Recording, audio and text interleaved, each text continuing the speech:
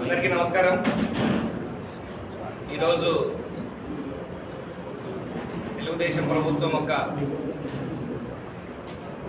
అభివృద్ధి పదం సంక్షేమం అన్ని చేస్తున్న కార్యక్రమాలు చూసి గౌరవ ముఖ్యమంత్రి గారు ఆయన ఈ కొద్ది రోజుల్లోనే చేపట్టిన కార్యక్రమాలు అభివృద్ధి పనులు చూసి కమలాపురం నగరపాలక సంస్థ నగర పంచాయతీకి సంబంధించిన మున్సిపల్ చైర్మన్ గారు మర్పూర్ మేరీ గారు, అలాగే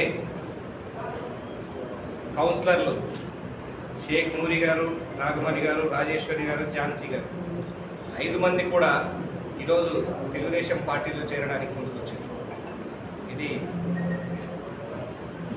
సంతోషదగ్గ విషయం. ఎందుకంటే ఊరు డెవలప్ అవ్వాలి, అభివృద్ధి చెందాలి అని అంటే అందరూ కలిసికట్టుగా పనిచేయాలి. వాళ్ళందరి సహకారంతో వాళ్ళకున్న ఆలోచనలు, ఈ 2 నెలల్లో వాళ్ళు చూసిన ఇబ్బందులు అన్నీ వాళ్ళు చెప్పడం జరిగింది. అవి మనం ఎలా తీర్చాలని కూర్చొని మాట్లాడిన తర్వాత తెలుగుదేశం పార్టీ అయితే ఖచ్చితంగా తీర్చి ఊరికి మంచి చేయగలని నమ్మి వాళ్ళు ఈరోజు పార్టీలో చేయడం జరుగుతూ ఉంది. ముందు కూడా కమలాపురం నగర పంచాయతీ అభివృద్ధికి ఇంతకుముందు ఎప్పుడూ జరగని విధంగా పూర్తి చేస్తామని చెప్పేసి, అంటే నగర పంచాయతీ కాకముందు పంచాయతీలో ఉన్నప్పుడే అప్పుడు మా నాన్నగారు అండర్ గ్రౌండ్ డ్రైనేజ్ శాంక్షన్ చేయించుకొచ్చారు. పంచాయతీకి అండర్ గ్రౌండ్ డ్రైనేజ్ అన్న టైంలో కూడా శాంక్షన్ చేసుకొచ్చి అడ్మినిస్ట్రేషన్ శాంక్షన్ కూడా అయిపోయిన తర్వాత వైఎస్ఆర్సీపీ ప్రభుత్వం వచ్చిన తర్వాత దాన్ని ఓన్లీ కాసులు కకృతి కోసం దాన్ని ఓపెన్ డ్రైనేజ్ కింద కన్వర్ట్ చేసి ఆ ఫండ్స్ అంతా వేసేసి అవి కూడా పూర్తి చేయకుండా చాలా దారుణమైనటువంటి పనులు చేసి ఉన్నారు. అవన్నీ కూడా కరెక్ట్ చేసి మళ్ళీ మేము అనుకున్న విధంగా కమలాపురం ఎంత అందంగా ఉండాలి, ఎంత సుందరంగా ఉండాలన్న విధంగా, అదేవిధంగా ప్రతి ఒక్కరికి కూడా ఎక్కడే కూడా డ్రైనేజు సమస్యలు కానీ, రోడ్ల సమస్యలు కానీ, దోమల సమస్యలు కానీ ఇవన్నీ ఏమీ లేకుండా చేయాలన్న ఒక సంకల్పంతో మేము కూడా ఒక అవగాహనతో చెప్పడం జరుగుతుంది. దానందరూ కూడా మేము కూడా సహకరిస్తామని చెప్పేసి ఈ 5 మంది కౌన్సిలర్లు, మున్సిపల్ చైర్మన్ గారు అందరూ కూడా ఈరోజు పార్టీలో చేరడం జరిగింది. వాళ్ళందరి ఆలోచనలు మా ఆలోచనలు కలిపి కమలాపురం అభివృద్ధికి పాటుపడతాం. ఖచ్చితంగా కమలాపురంని ఒక మంచి, అంటే మా పంచాయతీ కూడా కమలాపురం, మా నగర పంచాయతీ, మా మున్సిపాలిటీ కూడా కమలాపురం లాగా ఉంటే బాగుంటుంది అనే విధంగా ఈ 5 ఏళ్లలో చేసి చూపిస్తామని చెప్పి మీ అందరికీ తెలియజేసుకుంటా ఉన్నాం. మరొక్కసారి వీరందరికీ చేరినందుకు అందరికీ ధన్యవాదాలు తెలియజేసుకుంటూ పార్టీతో కలిసి అందరూ పనిచేయాల్సిందిగా కోరుకుంటామని. తొందరలో కమలాపురం రైల్వే ఫ్లైఓవర్ కూడా స్టార్ట్ చేయడం జరుగుతుంది. ల్యాండ్ అక్విజిషన్ కూడా డబ్బులు అప్రూవ్ అయినాయి. సీఎం గారు మొన్ననే స్పెషల్గా ఈ రైల్వే బ్రిడ్జ్కి సంబంధించిన అమౌంట్ సంబంధించిన ల్యాండ్ అక్విజిషన్ స్పెషల్గా రిలీజ్ చేయడం జరిగింది. అతి తొందరలో వర్క్ స్టార్ట్ చేయడం కూడా జరుగుతుందని చెప్పి కూడా తెలియజేసుకుంటున్నాం. కమలాపురంలో ప్రజలు చాలామంది మాకు నగర పంచాయతీ చేశారు, దానివల్ల ఎక్కువ పన్నులు పడుతున్నాయి, దానికి ఇబ్బందిగా ఉంది, మాకు ఉపాధి హామీ కూడా పోయింది, అక్కడంతా ఏం ఫ్యాక్టరీలు లేవు, ఏం లేవు, దానికి చిన్న పంచాయతీని దాన్ని మున్సిపల్ నగర పంచాయతీ చేసినప్పుడు గతంలో ఉండే మాజీ ఎమ్మెల్యే గారని చెప్తున్నారు. ఎందుకంటే మామూలుగా యాక్చువల్గా 20,000 జనాభా ఉండాలి. 20,000 జనాభా లేకుండా ఉంటే పక్కన ఒక చిన్న విలేజ్ని కలుపుకొని దొంగ సంతకాలతో చేసుకొని దాన్ని చేసినారు. దాన్ని మేము నగర పంచాయతీని గ్రామ పంచాయతీలో చేపిస్తామని చెప్పడం కూడా జరిగింది. దానికి ఈ ఫండ్స్ అయిపోయిన తర్వాత ఇప్పుడు ఫండ్స్ ఉన్నాయి, సుమారు 100 కోట్ల రూపాయలతో పనులు ఉన్నాయి. డ్రైనేజ్ కానీ, వాటర్ సప్లై కానీ, ట్యాంకులు కానీ ఇవన్నీ కూడా కట్టేటి, ఇవన్నీ కూడా సుమారు 100 కోట్ల పనులు ఉన్నాయి. 100 కోట్ల పనులను ఒక సంవత్సరము, 2 సంవత్సరంలో పూర్తి చేసేసి దానికి ఇప్పటి నుంచే గ్రామ పంచాయతీగా చేయడానికి మేము గట్టిగా ప్రయత్నం చేస్తున్నాం. కమలాపురం ప్రజలు కోరుకున్నారు. మళ్ళా ఒకసారి కమలాపురంలో జనరల్ కార్డు మీటింగ్ కూడా పెట్టేసి అందరినీ కూడా పిలిచేసి మున్సిపాలిటీ ఇటు ఉంటుంది, పంచాయతీతో ఇటు ఉంటుంది కూడా చెప్పి మళ్ళా వాళ్ళ అభిప్రాయం ఒకసారి తీసుకొని వాళ్ళందరూ అభిప్రాయాలు ఎట్టుంటే నగర పంచాయతీగా ఉండాలంటే నగర పంచాయతీగా పెట్టడము, లేకుంటే గ్రామ పంచాయతీ కాబట్టి గ్రామ పంచాయతీగా చేయడం అనేది చేయాలనేది సంకల్పంలో ఉన్నాం. అది గతంలో ఇప్పుడు ప్రస్తుత ముఖ్యమంత్రి అప్పుడు ప్రతిపక్ష లీడర్గా ఉన్నాడు. ఆ రోజు కమలాపురం వచ్చినప్పుడు ఆయనతో చెప్పించడం కూడా జరిగింది. ఆ జరిగిన దాన్ని అందరి అభిప్రాయం మళ్ళీ ఒకసారి క్రోడీకరించి చేస్తాం. అది కూడా కాకుండా ఫ్లైఓవర్ కూడా సుమారు 40 కోట్లతో కూడా వచ్చేసింది. ఆ పని కూడా మేము అప్పుడే 2019లోనే తీసుకొచ్చేసి ఫౌండేషన్స్ వస్తే దానికి 2 సార్లు మాజీ ఎమ్మెల్యే ఇచ్చినాడు. మళ్ళా ఇంతవరకు దానికి ఒక చిన్న రాయి కూడా ఒక 50 పైసలు కూడా ఖర్చు పెడుతుంది. ఇవన్నీ కాకుండా కమలాపురం నియోజకవర్గంలో ఈరోజు సుమారు 100 కోట్లు, ఈ కమలాపురానికి వచ్చి 150, 140 కోట్లు కాకుండా సుమారు 100 కోట్లతో సుమారుగా పనులు జరుగుతున్నాయి. సిమెంట్ రోడ్లు, పంచాయతీరాజ్ రోడ్లు ఇవన్నీ కూడా శాంక్షన్ చేసినాం, మొదలు పెడుతున్నాను. 100 కోట్లు అన్ని కోట్లు అన్ని కలిసి 100 కోట్ల దగ్గర ఇరిగేషన్లో కానీ ఇవన్నీ కలిసి 100 కోట్ల వరకు. ఇరిగేషన్లో ఒక 15 కోట్లు ఉన్నాయి, పంచాయతీరాజ్ రోడ్లు ఒక 20 కోట్లు ఉన్నాయి, సిమెంట్ రోడ్లు 20-25 కోట్లు ఉన్నాయి. ఇప్పటికే సుమారుగా ఉండే చెరువులన్నింటినీ కూడా ఈ 4 నెలల్లోనే చెరువులు మన నీళ్ళు వచ్చే కాలువలు అవన్నీ కూడా కాంట్రాక్టర్ డబ్బులు లేకుండా కూడా ముందు చేపించి అధికారులకు అందరూ చెప్పి శాంక్షన్ చేపించి అవన్నీ కూడా చేపించడం జరిగింది. ఎక్కడ ఒక చిన్న వర్షం పడినా, ఎక్కడ రివర్లలో కానీ వాగుల్లో కానీ నీళ్ళు వచ్చినా, ఎక్కడైతే చెరువులు వస్తాయో ఆ చెరువులన్నీ కూడా వచ్చేదానికి ఏర్పాటు చేయడం కూడా జరిగింది ఈ 4 నెలల్లో. ముందుగానే టెండర్లు జరగకుండా కూడా పని చేయమని అధికారులకు చెప్తే అధికారులు ఒప్పుకున్న తర్వాత మా వాళ్ళందరూ కూడా పనిచేసేసి అన్ని చెరువులకు కమలాపురం మండలంలో కానీ, సీకేతి మండలంలో కానీ, ఒంగోలు మండలంలో కానీ ఇవన్నీ చెరువులకు వచ్చేదానికి కూడా అన్ని చేసి చెరువులు నీళ్ళు వచ్చే కాలంలో కూడా తయారు చేయడం కూడా జరిగింది. తొందరలో 2028 లోపల కడపకు కూడా తాగడానికి నీళ్లు మనకు అందరికీ కూడా ఇప్పుడు కడపకు మనకు ఓగులంపల్లి దగ్గర నుంచి గండి దగ్గర నుంచి నీళ్ళు వస్తాయి. అవి కూడా లేకుండా మనకు ఇక్కడనే మనకు ఆర్టీపీకి ఎదురుగా ఒక రిజర్వాయర్ నిర్మించడం జరిగింది. దానికి నీళ్లు తీసుకొస్తే అక్కడి నుంచి మన కడప కూడా గ్రావిటీలోనే నీళ్ళు వస్తాయి. 2 రోజులకో 3 రోజులకో వచ్చే నీళ్లు ఆ రోజు కడప టౌన్ అంతటి కూడా, కడప కార్పొరేషన్ అంతటి కూడా రోజు నీళ్ళు వచ్చే కారణంగా ఎక్కడ మోటార్లు లేకుండా ఇప్పుడు కింది నుంచి పైకి నీళ్లు తీసుకొస్తాము. అప్పుడు పై నుంచి నీళ్లు తీసుకొస్తాం. ఎక్కడ మోటార్లు పెట్టాల్సిన పడినా, కరెంటు ఛార్జీలు పడినా, మోటార్ల రిపేర్లు పడినా అవన్నీ కూడా వచ్చేసి 4 అంతస్తులు 5 అంతస్తులు ఉండే ఎత్తుకుండే బిల్డింగ్లో కూడా నీళ్లు పోవడానికి అక్కడంతా ఎత్తులో ఉంది కాబట్టి అక్కడ నుంచి వచ్చే నీళ్లు అంత ఇరదాన్ని కూడా చేయడం కూడా జరిగింది. దానికి కూడా ఒక ప్రణాళిక తయారు చేపిస్తాను. గతంలో 2017-18లో మేము తిరిగినప్పుడు చేపించడం జరిగింది. దాని మూడు పక్కనేసేసి మళ్ళా ఇప్పుడు ఎక్కడి నుంచో బ్రహ్మం సాగర్ నుంచి కింద నుంచి నీళ్లు పైకి తీసుకొస్తారు.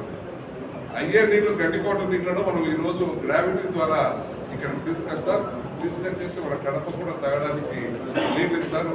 ఆ నీళ్ళు ఇస్తే కడపకు డెవలప్ అయ్యేదానికి కూడా సుమారు సంవత్సరానికి 70-80 కోట్ల రూపాయలు రిపేర్లకు, మోటార్లకు, కరెంటు ఛార్జీలకే పెడతాం. ఇప్పుడు కరెంటు ఛార్జీలు కూడా కట్టాల్సిన పనులు అన్ని గ్రావిటీలోనే వస్తాయి కాబట్టి కడపలో ఉన్న నీళ్ళన్నింటి కూడా కడపలో ఉండే బిల్డింగ్లు కానీ, కడపలో ఉన్న మొత్తం కడప టౌన్ కార్పొరేషన్ పరిధిలో అంతటి కూడా గ్రావిటీలో నీళ్ళు వస్తాయని తెలియజేస్తాం.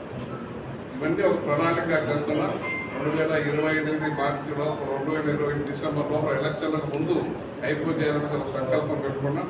తప్పకుండా చేయడానికి ముఖ్యమంత్రి గారు కూడా దీనికి పూర్తిగా ఇప్పుడు కూడా అన్ని వర్కులు ఉన్నాయి.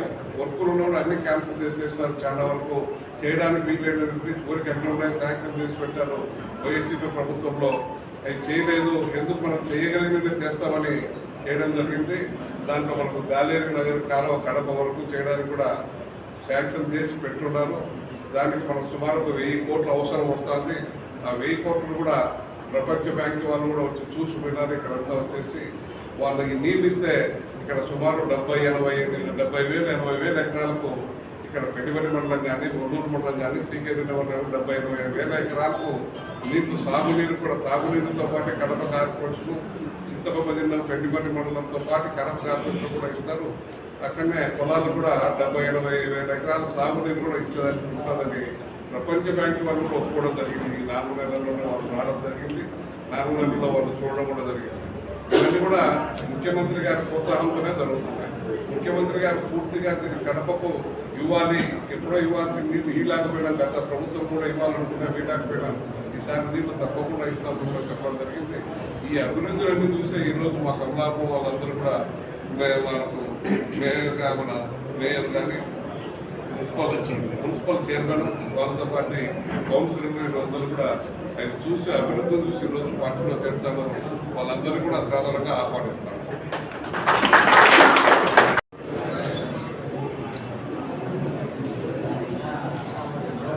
ఓకేనా సార్?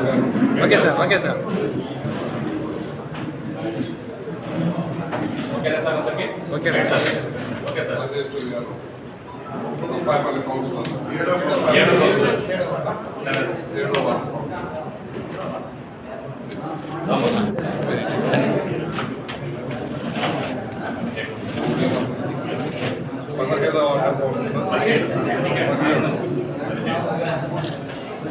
దమ్మా నూట వచ్చేమ్మా.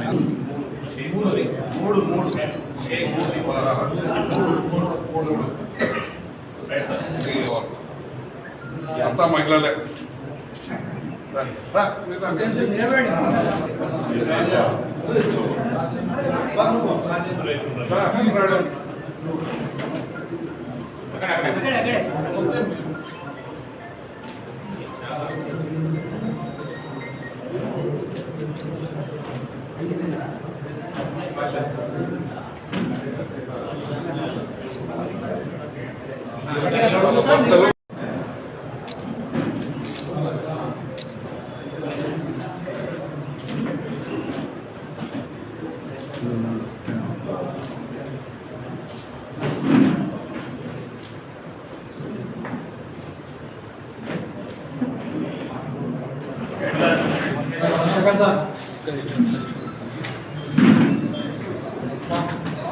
ఓకేనా? ఒక్క నిమిషం.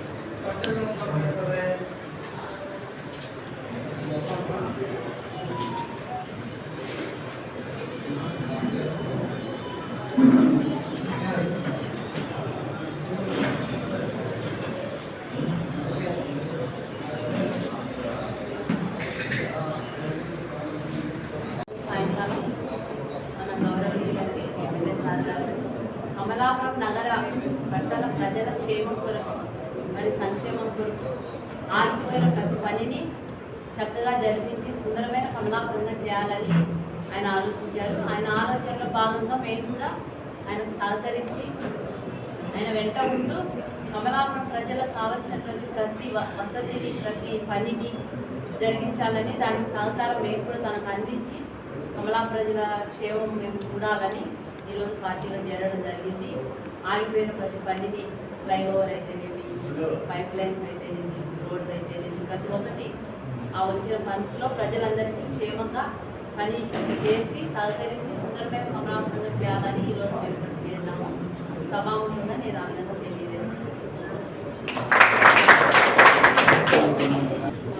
చాలా ఇబ్బందులు ఉన్నాయి.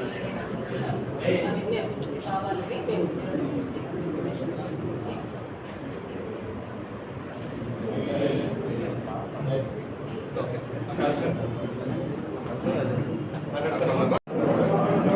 ఈరోజు దినంగా కమలాపురం వెళ్ళి సార్ సమక్షంలో దేశీయ పార్టీలో జరిగింది.